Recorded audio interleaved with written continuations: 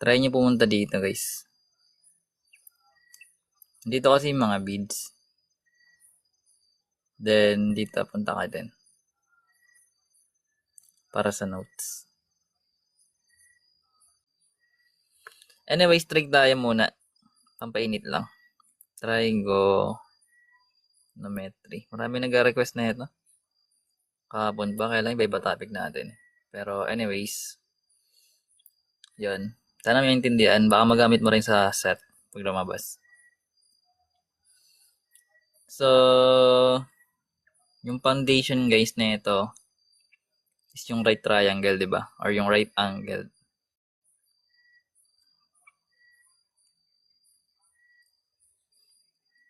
Triangle.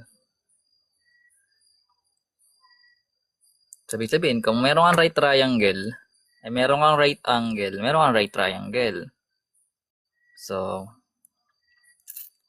meron tayong right angle. Ganito yung tsura niya guys. So, kung triangle na siya, yun yung tsura niya. And ito guys, yung right angle natin.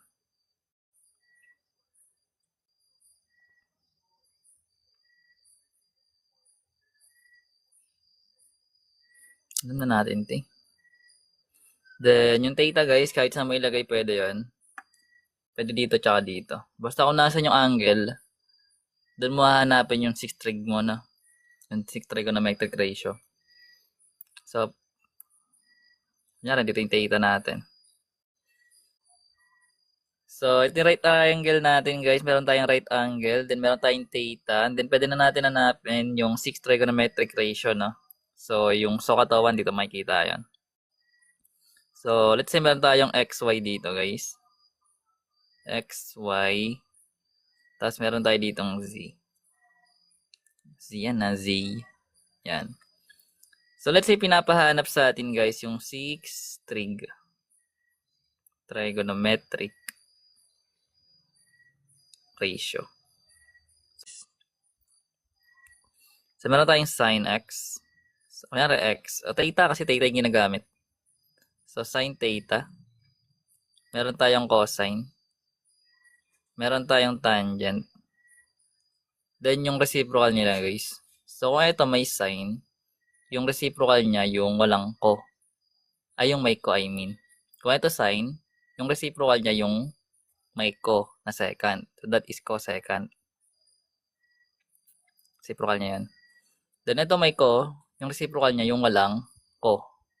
So, that is second. Then, yung tangent, syempre, cotangent. Kaya malilito. Pag nandito ka pa nga dun eh. Grabe na yan. So, ngayon kunin natin yung sin theta, guys. So, ito yung given. Ito yung theta natin. Ano ba yung sin theta?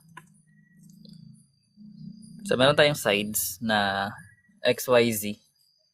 And remember, na kapag meron tayong sin, pwede mo kunin yung mnemonics. Abbreviation. Something like that. Yung SOHCAHTOA.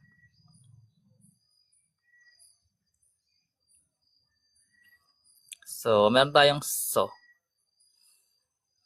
Opposite niya is x. Then, yung hypotenuse niya, kung saan ito nakaturo, which is z. So, magkakaroon tayo ng x over z. Then, kung reciprocal niya, guys, is yung cosecant. Kung x over z ito, ibig sabihin yung cosecant mo is z over x.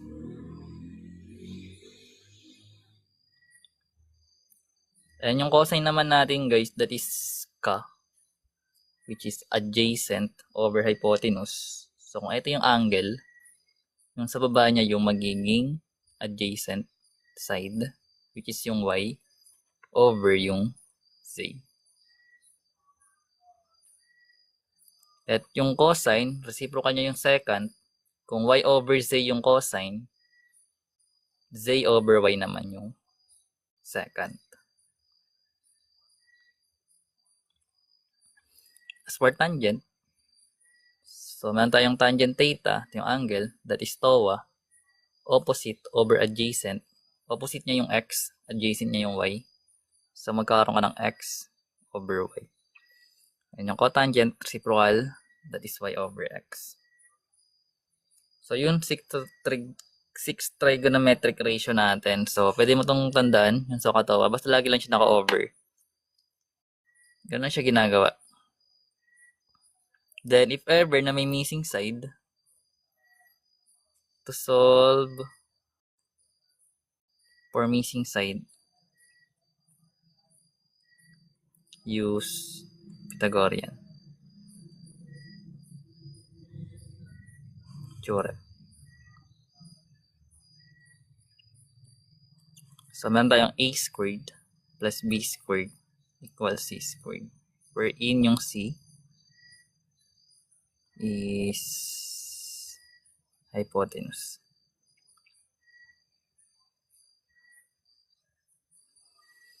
Yung AB guys, yung legs.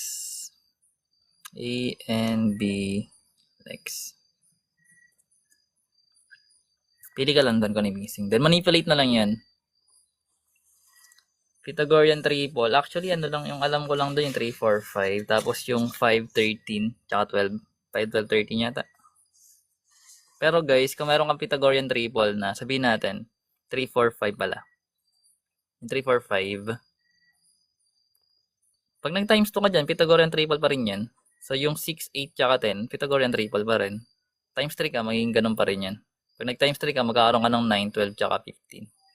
Pwede mo continuous. Then, yung isa naman, yung 5, 12, 13, ganun din. Pwede ka mag-times 2, mag-times 3. Kung ano man. Pero mas maganda, kabisado mo yun, guys. Para hindi ka mahirapan. 1. Then, tapos tayo sa right angle triangle. Ito naman kailangan. Punta tayo sa special right.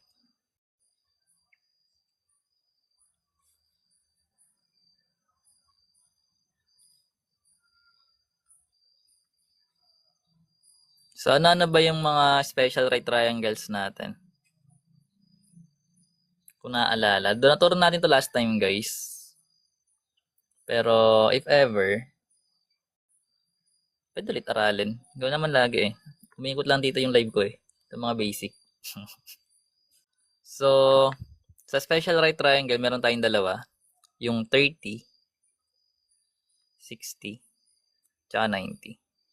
So, right triangle pa rin siya kasi nga meron tayong 90 degrees. Then, yung isa naman is yung 45, 45, tsaka 90. So, right triangle din. And remember guys, yung total na measure ng interior angle ng triangle is 180, no? So, pag inad mo itong mga angles, total niya is 180. And ito madali lang kabisaduhin kasi nga, para siyang case na kung saan shortcut para makuha yung missing side. So, sa 30, 60, 90 guys, meron tayong ratio na let's say x, then x square root of 3, tsaka 2x. And as for 45, 45, 90, meron tayong x, tsaka x square root of 2. So, ito lang kailangan mo tandaan dyan. Lalo po may given na triangle. 90, 80, 10. Oo, pwede yan. Kaso, hindi siya special right. Ito kasi case 2 na special right eh. Saan ka lulugar? Diyan ka lang sa bahay niyo muna. Ano eh. Steady ka lang dyan, boss. Anyways. So, ayun. Kunyari, meron tayong given. Diyan ba natin ang given? And kapag guys, yung ano pala, kapag yung angle parehas, ibig sabihin, parehas sila ng side, no? Parehas ng side, parehas ng angle, ibig sabihin. Then, kapag yung angle maliit, ibig sabihin, yung side na maliit din. Pag yung angle mo is malaki, or yung longest, siya yung pinakamalaki.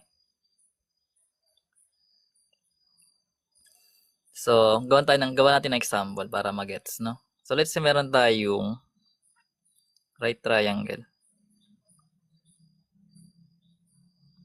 Ito angle natin na 30, then let's say ito yung 60. So, 30, 60, 90 siya. Kasi alam naman natin na ito is 90, no? So, ngayon, let's say meron tayong given na anong number lagay natin dito? Kayo maglagay. Dali. So, kayo maglalagay ng number eh. Yung unang maglalagay, 2. Oo, 2 daw. So, lagay natin dito guys, 2. Ang dali naman nun. O, tsaka 7, lagay na natin. Hindi, wag. 2 lang. So, meron tayo dito guys, 2. Ano yung magiging measure ng side neto tsaka dito? Ano yung measure neto? Let's say A. Then yung B ito yung C natin. Ano yung magiging measure nila? Kuya, paano pag x squared plus 4 plus x cubed plus 2? Eh di copy mo lang, pagsamahin mo yung constant. So magkakaroon ka ng x cubed plus x squared plus 6. 2 tsaka 4. So dito guys, sabi natin, yung 60 niya, di ba yung nakatama dito is yung x square root of 3. So para makuha mo tong A at C, equate mo lang yun. So ibig sabihin, dahil ito yung 60 degrees natin, then opposite niya yung 2, ito yung side nun. So yung magiging guide mo itong x square root of 3, tsaka yung 2x. So ibig sabihin, dahil nasa 60 degrees nga siya, edi copy natin yung x square root of 3, then equate natin sa 2. Then solve for x ka. So, ibig sabihin, divide lang natin by square root of 3, both side. Then, kung marunong ka ng radicals, eto, kailangan mo ito i-rationalize. So, para makuha natin yun, guys, multiply natin to both by square root of 3. Then, simplify natin. So, makakancel to guys na square root of 3 na. So, matitira yung x. Then, yung 2 times square root of 3, magiging 2 square root of 3 yon. Then, yung square root of 3 times square root of 3, magiging square root of 9, wherein ang square root of 9 is 3. So, hindi naman ito pwede ma-simplify na 3 tsaka dito kasi may square root to. Pero ito hindi rin kasi hindi sila divisible. So, ibig sabihin yung value ng x natin is 2 square root of 3 over 3. Wherein yung x guys, ito yon sa 30 degrees na side. So, ibig sabihin ito yung a natin. That is 2 square root of 3 over 3. Ito yung A. As for C naman guys, remember, meron tayo ditong 2 at x. So, ibig sabihin, yung nakuha nating value ng x, i-multiply lang natin sa 2. So, magkakaroon tayo ng 2 times yung x. So, yung 2, yung x natin is 2 square root of 3 over 3. So, ano yung magiging sagot natin?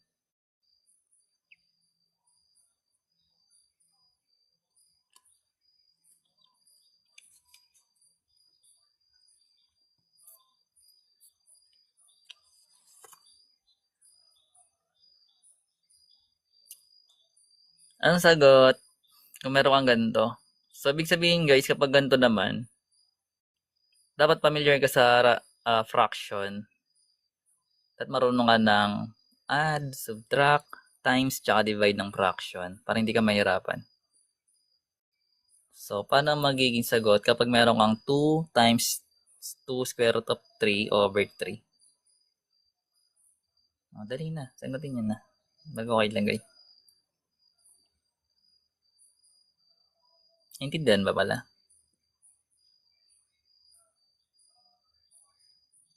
Kung kaya mo siya i-simplify. Pero simplify na yun eh. May multiply mo na lang. Pero guys, kung gusto niyo ng mga fundamentals dito, makikita nyo yun dito. May mga playlist doon ng fundamentals. Ayun nyo, hindi, wala kayo. So, sa pag-multiply guys na ito, dito lang, itong 2 natin, i-multiply lang natin to dito guys sa 2 na sa labas. So, bali magkakaroon ka ng 2 times 2 magiging 4. Then, copy lang natin yung square root of 3. Then, over 3. So, ito na yung magiging value ng C natin. Ito lang siya ginagawa. So, kahit ano yung given dito sa tatlo, basta special right triangle sila, ito lang tatandaan mo dyan. Yung x square root of 3, tsaka 2x. So, kunyari, may given ka sa hypotenuse na 9 or 8. So, magkakaroon ka, kunin mo yung value ng x nun. Then, lalagay mo yung dito, tsaka dito. Then, meron ka na kagad sagot sa sides. Sorry. Nagets? Yes. Kasi pag hirap ka guys sa fraction, tapos ka dito sa trigo. Tsaka sa radicals. Hindi naman umikot sa whole numbers ang numbers pag nasa math ka eh. Tsaka sa integers. Kung hirap mo sa mga fundamentals, dito mo hanapin, no? Para hindi ka mahirapan. Pag may time ka, mag-binge watch ka dun. Pag wala, edi wag. Ikaw naman yun eh. Hindi naman ako eh. Di ba?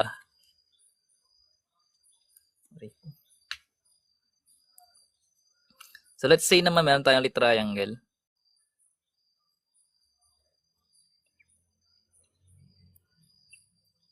Then 45. Tsaka 45 dito. So magbigay kayo ng value guys ang ilalagay natin dito sa side na to. Anong number ilalagay natin? Gusto nyo fraction naman eh. Wag. 7. Sige. Let's say meron tayong 7 as hypotenuse and meron tayong A na side tsaka B.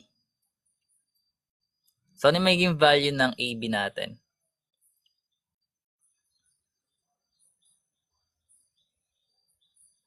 And remember guys, pag sinabi natin yung angle is parehas nga, ibig sabihin yung value ng A tsaka B natin parehas din yan. Kung yung sagot mo is 3, 3 din ng B. Kasi nga parehas sila ng angle. So parehas din yung side. At pa nilagay natin square root. Anyways. 7 lang. Ewan, tingnan natin. So, yun. So, ito yung given. Remember, itong 7 guys, nakatapat siya sa right angle natin, di ba? So, ibig sabihin, nasa 90 degrees siya. And yung value, o yung magiging guide natin is x squared of 2. So, galing sa x squared of 2, equate lang natin yung sa 7. Then, i-divide lang natin by square root of 2. Both sides. Para makuha natin yung value ng x. Then, katulad ng ginawa natin kanina, kailangan natin i-rationalize. Kasi merong radicals sa denominator. So, square root natin both multiply. So, sa pag-multiply ng radicals, copy lang natin yung 7 square root of 2 na numerator. Then, yung square root of 2 times square root of 2 is magiging square root of 4. And square root of 4 is magiging 2. So, ito yung magiging value ng x. And remember guys, kung ito yung value ng x, and sa guide natin, x din to, tsaka x. Ibig sabihin yung a and b natin, ito yung value.